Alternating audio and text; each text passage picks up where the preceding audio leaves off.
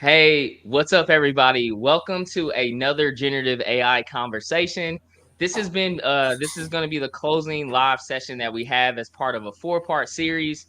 We've had a chance to talk about generative AI's application around the people, around procurement, around supply chain, around the customer experience, and now we're closing it out with I would say is probably the best function, the finance function. Today, we're going to be talking about generative AI Unleashed, transforming data into financial insights.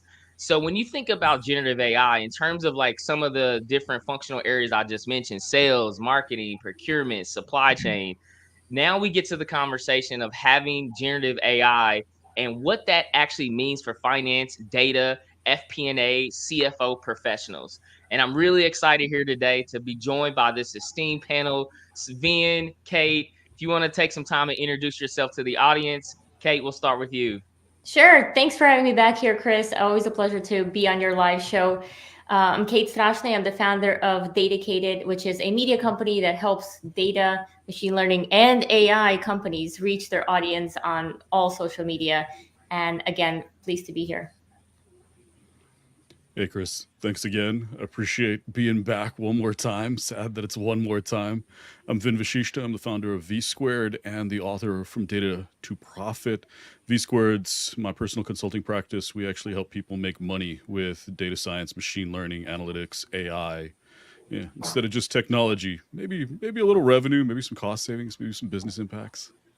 Nice. Hey, Chris, thanks for having me here. Pras Chatterjee. I'm a Senior Director of Product Marketing at SAP, focusing on planning and analysis, also CPA by nature. So love this topic and I'm really excited to discuss it with you guys. Awesome. Hey, thanks for the panel for everybody. And I want to jump off. I know we want to get to the meat of this. So I want to jump off to the first question. And we'll start this off with you then. What do you think is the biggest value add or growth that generative finance has for finance and data professionals? Well, I think you have to look at the workflow. And one of the things that finance really excels at is these across the business long chain workflows. And that's Mm, something data can provide insights into that nothing else really can. Generative AI sort of tacks on to that and gives you an accessibility layer. And that's the right way to think about generative AI is it's the access interface and orchestration layer for deeper functionality. So it's not enough to just sort of throw generative AI at a problem. There has to be something underneath it, whether that's the business's knowledge graph, whether that's applications that you're orchestrating across maybe one platform or multiple platforms. It also could be looking downfield and understanding today's picture, but also having predictive, prescriptive, and diagnostic models that help you find opportunities, resolve issues, and then measure impacts, because that's the really the big thing for everything in the business, really not just finance. It's right. measuring outcomes, measuring impacts. Does this do anything? So generative AI is one piece of that puzzle. Nice. Nice. Kate, what are your thoughts? Yeah, I'd say the biggest value add, if I put on my sort of regulatory compliance experience that I had before I got way into data analytics and stuff, um, there was a document that came out, and I actually want the audience to take a guess as to how many pages this document was. Don't Google it. Don't ask ChatGPT. It's called the Dodd-Frank Act, and it was a lengthy document. It was in response to the 2008 financial crisis, where basically everything went wrong in the banking industry, and lots of regulatory issues were coming out. So if you're joining us here live, tell me, how many pages do you think the Dodd-Frank Act had? Just take a wild guess. And let's just say it was a lot of pages. I'll reveal the information in just a minute. It was a very lengthy document, and it required everyone in banks to really consume the information, check if the regulation applies to their size and type of organization, check all of their policies and procedures, get an understanding of how this applies to them, what policies and procedures need to be written or updated or revised or deleted. And that was a massive project. It was great for the consulting business because all the banks were like, hey, we need help. We need people to read this thing and understand this thing. And if you know banks, they don't really share information that well. So if one bank figured it out, they're not going to tell their buddy bank, hey, you can actually do this. Here's the applicability spreadsheet that you can use. So everyone was wasting so much time working on this. And okay, I see a guess came in of 100. It was 2,300 pages, depending on how you format it. But you can Google this. That's a lot of pages. I don't think I can read 2,300 pages just sitting down and reading through regulations and trying to find applicability. So I see this as a huge growth area in financial services, where you can now upload the data into ChatGPT 4, for example, and you can ask like, hey, so what are the main requirements for a company that has X number of employees and this much revenue, because there are applicability laws. And also follow up with, can you write a policy that addresses this, and procedures? And can you target specific types of people in my company and target the procedures for those specific types of people? And it will do it for you, and it won't take that long. So I think my mind is just blown. Like, years ago, this would have been amazing. Nice. Pras, what are your thoughts? Biggest value add and growth opportunity for finance and data professionals? Yeah, so I mean, just capitalizing on what Kate said and what Vin described as well. There's obviously quite a bit that they can get at a tactical level. Obviously, it's things like accessing better data, consuming that data, making meaningful decisions on that data with the assistance of AI. But I think if you take a step back to get to that point, I think it provides now, especially for finance individuals, an excuse and a valid reason for effective finance transformation. You can't just jump to AI. You can't just move on to having a large language model and start working on it right away. You have to go through various steps, and I think this creates a process whereby you analyze the data available to you, all the data you might be able to consume, how that data applies to you as a business, and what you can deliver to a business constituents.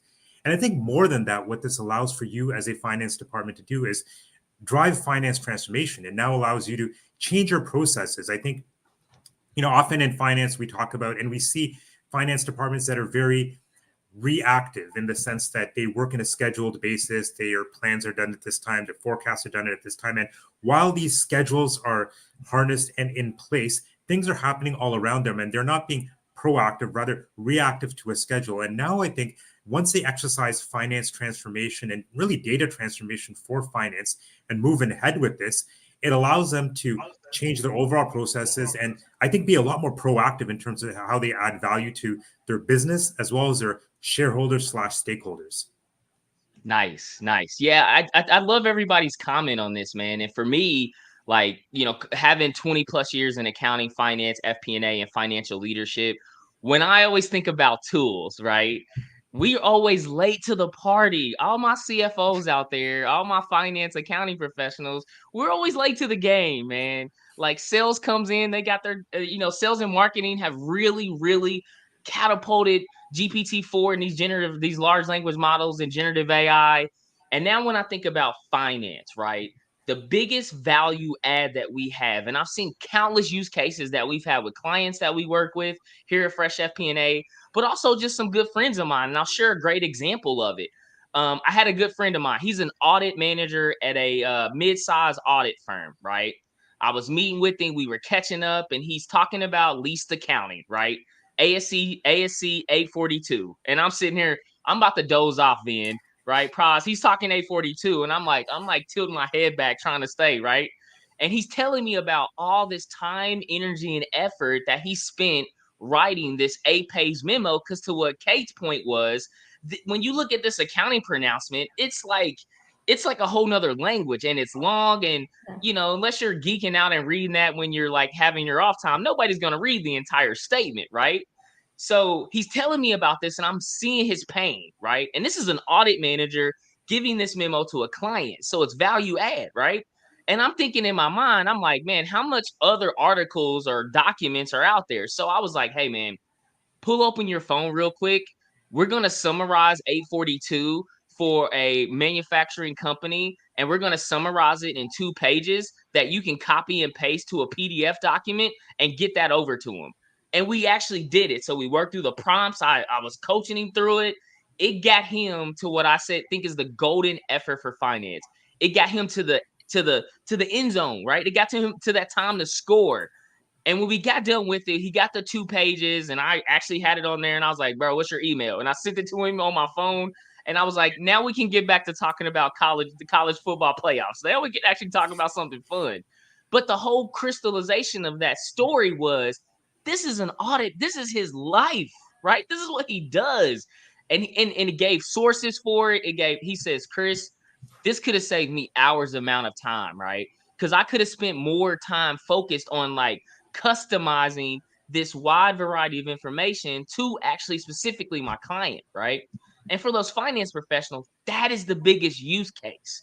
When you can start thinking in prompts, when you can start thinking about how to leverage the resources that are already there to get you to a point to now you're customizing it and configuring it to that unique situation, that's one of the biggest value adds. So it kind of echoes what everybody was mentioning, but that's a huge opportunity for finance and data professionals. Which gets to my next question. And Kate, we'll start with you on this one. What do you think are some of those day-to-day responsibilities that finance and data professionals have that generative AI could be a great benefit for them? Yeah, I think it varies on a case by case basis. But I think if we were to start thinking about the process sort of that everyone can take today to get started in terms of addressing their responsibilities and what they have to, what they have to do so they can use AI in order to help their repetitive tasks or boring tasks, help that sort of go a little bit smoother. I think, generally starting with number one, identifying your pain points that align with what Gen AI is good for. I've seen lots of memes out there and people poking fun at ChatGPT because it's getting some questions wrong.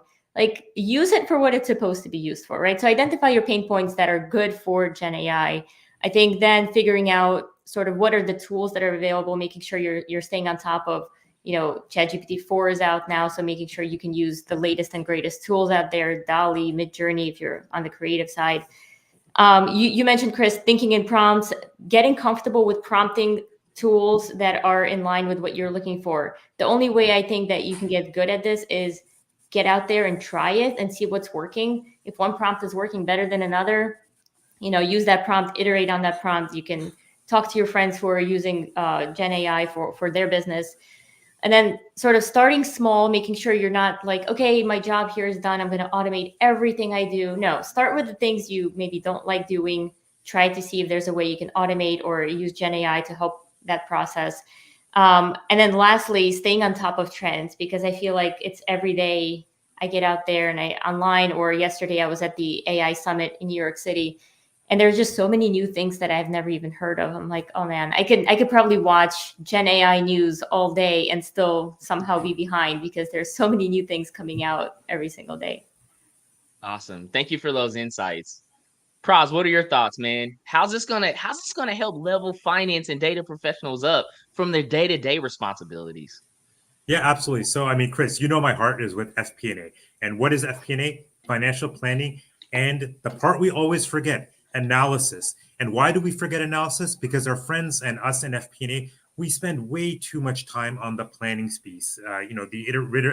The tasks that we just keep repeating over and over again. I talked earlier about scheduled tasks that we do and really forgetting about the analysis. And I think what this will do is really change the profession so that, I think, there's been blogs and things written about in the past about how, finance needs to spend more time on analysis. I think this allows you to spend a lot more time on the analysis piece because there's various things you can do to automate different processes using generative AI and AI that make your life a lot easier. So you're doing a lot more value-added activities.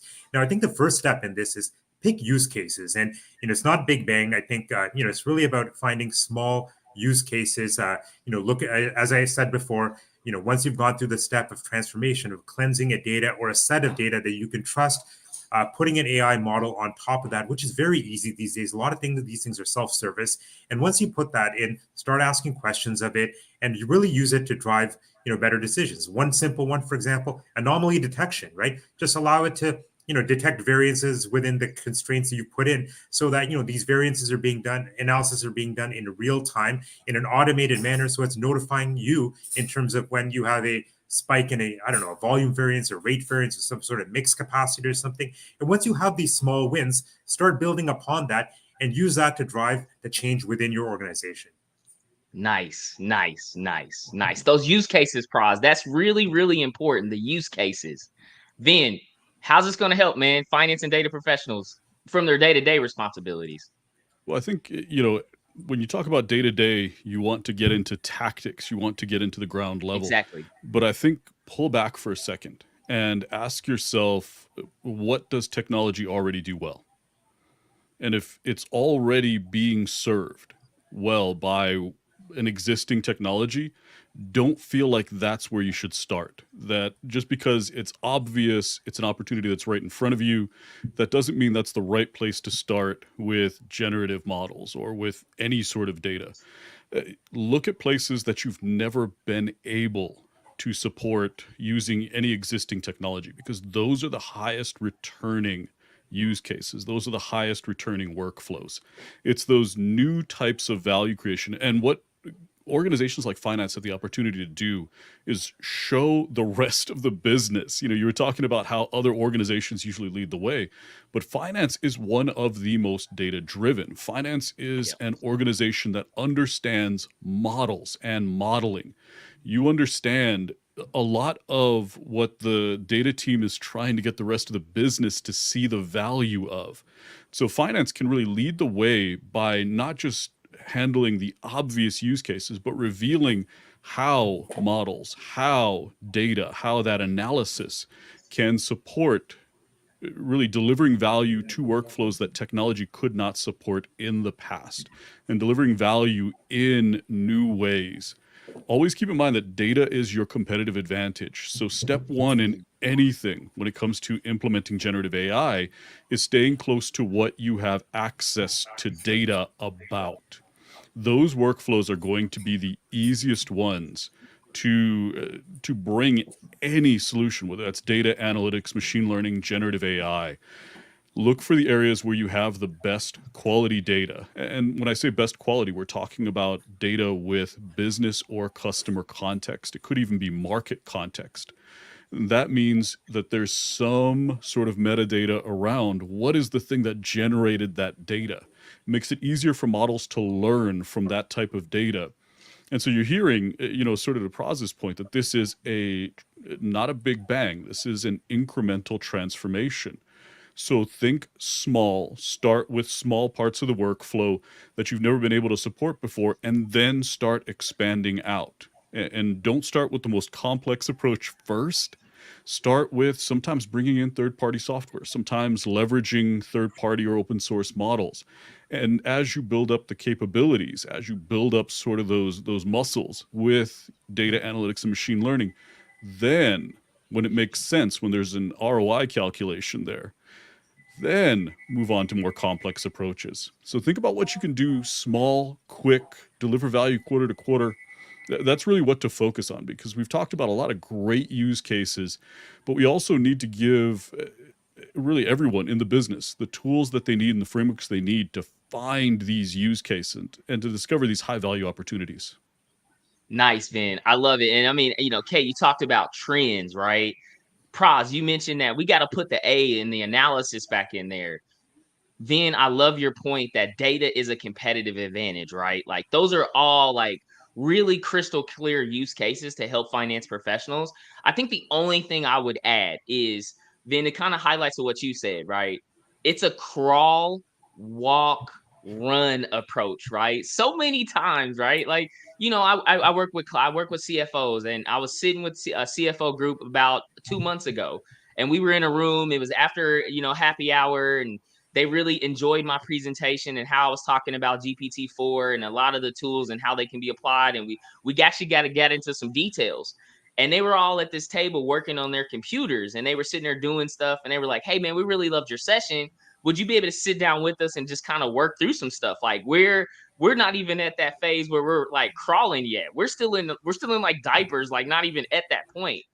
And I said, "Okay, you want to have a framework to help guide you." I was like, I'll sit with you right now, and I'll give you a 30-day plan that you can use 15 minutes a day, and it be guided with an exercise, a use case, and application, and you'll have a 30-day plan. Would that be advantageous for you? They'd be like, "Oh my God, like I would take that and be able to use it." And all I went into it, I was like, "Hey, you are a CFO, you're trying to learn more about GPT-4 and how to leverage, write me a 30-day, 15-minute plan that has a description, a use case, an application that I can use every day. Make it easy for a beginner person to understand, and make this easy that I could export it to Excel, right? I literally typed that in there. We customized it a little bit, and then I copied it. I copied it in an Excel document. I was like, hey, get everybody's email and send that off. And they were sitting there and they were just like, how'd you do that? I said, the first thing you got to think about when you're leveraging these tools is you got to think in that, like, ask it what you want. Don't just ask it, give me a 30-day plan. Be as prescriptive, and like the way that you model, the way that we do a financial model, the same rigor that finance people take when we're listening to the business talk about revenue, talk about expenses, talk about cash, and we're able to translate that to a model. Okay, I know if you're talking about revenue and you're talking about something closing in Q2 based on our revenue recognition, we're going to, we can think in that place.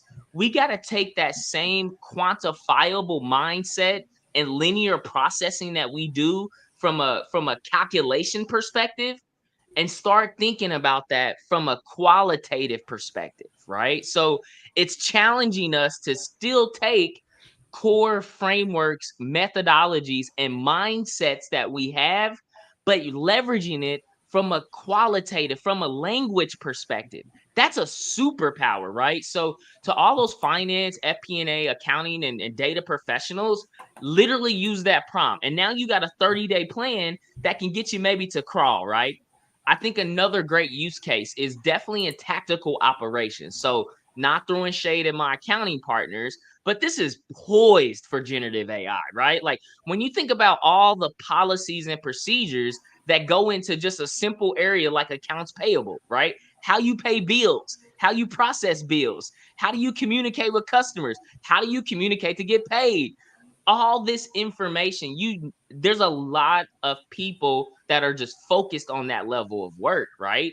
When you can say, all right, how can I write me a AP policy because I'm having cash burn issues, and write me an email communication with cadences that if they're 5 days late, I need to send this. If they're 10 days late, I need to do this.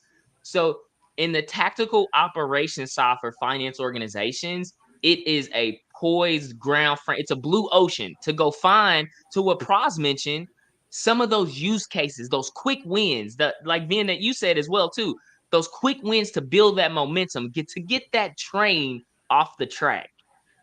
So Kate, I want to like pivot a little bit because you talked about something in yours where you talked about trends, and I really want to get this topic. So Kate, actually let's start this with Pras. Let's start this with you. When you think about the generative AI trends for the next, call it 12 months, or what are some of those trends that you're seeing for finance and data professionals? Yeah, so some of these trends that I'm seeing is really finance looking to generate use cases in terms of where to start and how to start it. So some of the trends I've seen are areas such as, you talked about it yourself, invoice matching, intercompany reconciliations and things like that. That's one area that can be automated completely with AI and generate results for you. And then lets you do the analysis. The other areas, for example, is really simple ones, expense management, using an expense management tool to really understand what your trends are, what your flows are, make recommendations based on your spending patterns or guidelines and things like that. And, provide, anomaly detection in that area. Other areas that we're seeing in, obviously, are the very simple ones, but are probably some of the most important ones. And budgeting and forecasting, doing, asking the systems to generate forecasts for you based on your data set, the data set you're predicting, and really help generate results based on that. So I think there's various use cases based on the different areas of finance. But I think, one of the things is that all this can come together later on once these simple use cases are defined and they proceed upon. Nice. Yeah, budgeting, planning, getting it out there, man. Then what are your thoughts? Some trends that you're seeing. Yeah, I'm going to go with a different type of trend. And what you're starting to see is finance taking over some of the transformation functions, some of the innovation function. You're seeing this at Meta, Google, Airbnb just recently did it. Last year, McDonald's put a VP of finance in charge of transformation. And the reason for that is, number one, finance is one of those organizations that because of the nature of the role, finance understands how data can deliver value. They understand how to measure impact, how to really do some of that experimentation. They have a strategic mindset about using data analytics, and models are part of, I mean, they have that mathematical literacy as well as that model literacy. And so that is one of the trends I'm seeing more and more clients talk about. It was, a few people 3 or 4 years ago, it was a few people saying, where does data, where does the data organization live? Where should that function be? Where should it exist in the company? And finance was one of the options that makes a lot of sense. And I think you're going to see more companies go in that direction, because finance in this case can be a leader. They can be an example to the rest of the business of how data analytics and machine learning transform organizations, transform workflows, and how data should be used to improve business outcomes, but how there's that critical connection where you have to understand the workflow that you're supporting. You have to really have granular visibility with the data into what you're supporting in order to do anything after that. And so it starts with gathering high quality data and making it accessible from any place in the business to any other place in the business that might need it to improve decision making, to deliver productivity improvements through automation or augmentation. So finance, really, that's the trend I'm starting to see pick up momentum. Clients are looking at finance and saying, this might be the right place for transformation to live, because it's efficient transformation. It's transformation with a focus on bottom line impacts. So I think there's a partnership emerging here, and that's one of the trends I'm seeing increasingly, is that finance has a bigger role to play in transformation, in innovation, and in getting traction for data and analytics, as well as really AI in general. Nice, nice. I promise my ears went up because I think of true XP&A now. We're actually like there now, really actually getting that inside the business, right? Fundamentally, I may be biased, and Kay, we'll get you. I may be biased, but there's no functional area inside of a business that has more data feeding it than finance. We see everything: sales, marketing, operations, HR. Kay, you just said you got. Yeah, go ahead, Pras. I was just saying, now we can see it better. That's it, pretty much. Yep. Okay, so you were at an AI summit. Trends you talk about. What are some of those hot ones that you want to share with people? Yeah, when I think about the future, I tend to look into my crystal ball just to see what sort of predictions we can make. And today, the crystal ball, and yesterday at the AI summit, I noticed that there's a lot of focus on using generative AI to continue this theme of data democratization and data literacy.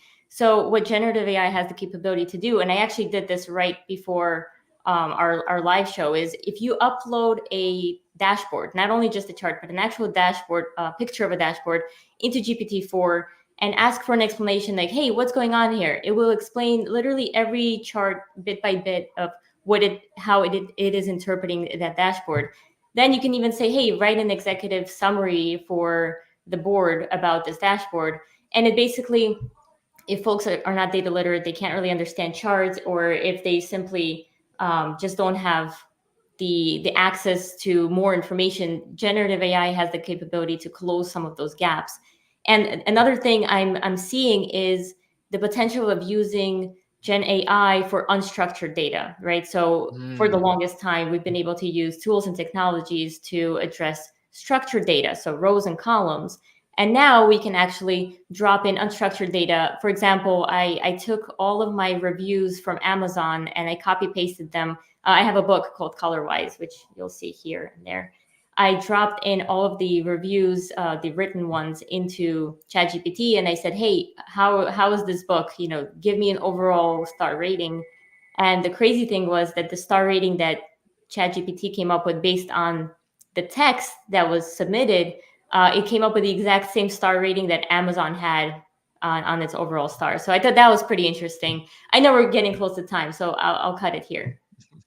I love the crystal ball like that. That is very, very nice. I think for me, one of the trends that I see just specifically in finance, right, and this is where it starts the conversation where I was like, we're late to the party. I feel as though like next year, it's like I think CFOs, finance, FP&A professionals have all been like, I got it, I got it, I got it, I got it. Like, I'm less about theory, like show me application, like show me proof of value, show me how we can how I can get out of what I call the decision cycle circle, right? Because right now, when I think of the decision cycle, right, it's processes drive data, data to information, information to knowledge, knowledge to make a business decision. Right now, most finance organizations, people are all part of that process, right? They start the process of getting the data from the GL, right? You customize that data to turn it into like one of your a model, right? Then you get that model, and this is where process, we don't spend that time on that knowledge and decision now.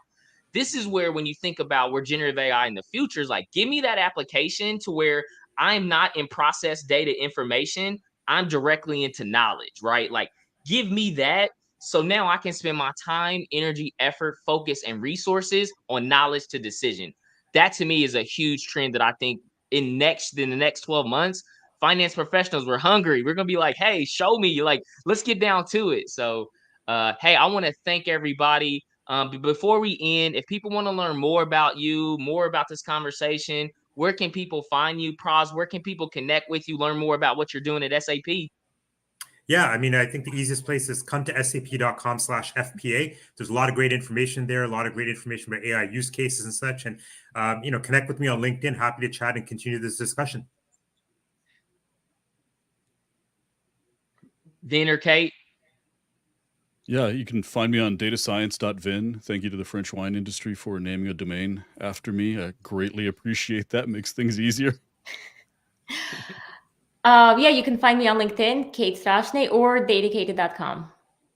Very nice, very nice. And if everybody, you can find me on LinkedIn as well, Fresh CFO, freshfpna.com. Check us out. We're helping clients all across the globe implement some of these tools and leverage it. Everybody, thank you so much for your time. But before we end, I know this is the last live of the year, right? And I just want to look at, hey, all those professionals, everybody going back and looking at this video. I wish your family a very safe holidays. Take this time to recharge, take this time to rejuvenate, really take this time to be with your family. We've all been going so hard this year. It has been an absolute pleasure and honor to be part of this series, to have great panel, to have great guests like this. Take care of yourself. Be safe. Let's get to 2024 and let's crush it. Thank you, everybody, for your time, and enjoy the rest of your day.